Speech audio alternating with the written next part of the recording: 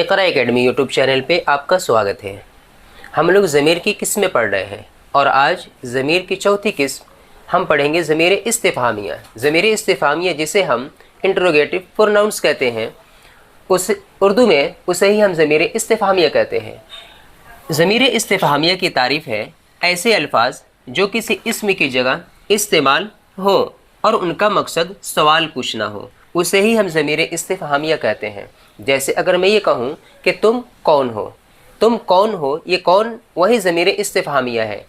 ये कौन में इसम छुपा हुआ है, उसका कुछ न कुछ नाम है और उसी कौन को हम ज़मीर इस्तिफ़हामिया कहते हैं। ये सवाल पूछने का भी काम हुआ और उसका उसमें नाम छुपा हुआ भी है। इसका मकसद क्या है? सवाल पूछना। तो ज़मीर इस्तिफ़हामिया ऐसे अल्फाज जो किसी इस्म की जगह इस्तेमाल हो और उनका मकसद सवाल पूछना हो, उसे ही हम ज़मीर इस्तिफ़हामिया कहते हैं।